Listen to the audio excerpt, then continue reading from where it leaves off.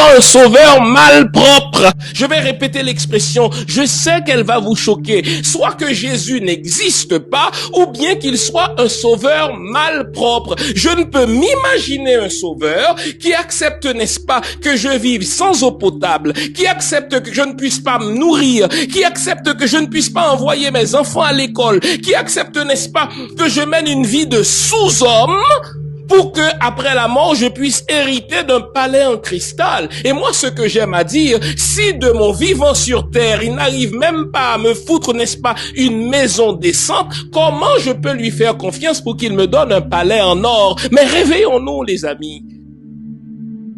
Ce discours religieux de l'homme blanc, c'est une industrie à fabriquer des zombies. Et je voudrais qu'on s'arrête à ce terme zombie. Vous savez, un zombie, c'est quelqu'un qui est privé de conscience. C'est quelqu'un qui n'est pas conscient de son existence. Un zombie, c'est quelqu'un qui sert l'autre et qui le fait sans penser à lui. Et s'agissant du discours religieux, il faut distinguer 3 éléments. Le zombificateur, le poison et le zombifié. À l'évidence.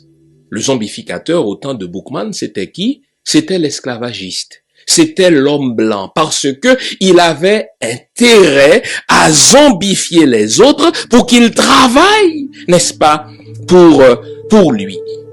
Maintenant que l'homme blanc est parti en apparence, eh bien, il a laissé d'autres zombificateurs qui font le même travail. Quel est ce travail? Empêcher une population de prendre conscience de son état. Eh bien aujourd'hui, les zombificateurs, ce sont justement les religieux.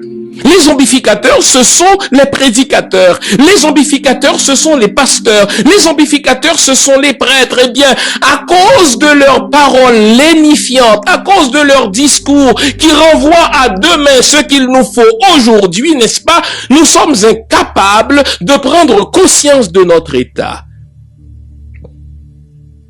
Le poison, mais c'est le discours religieux.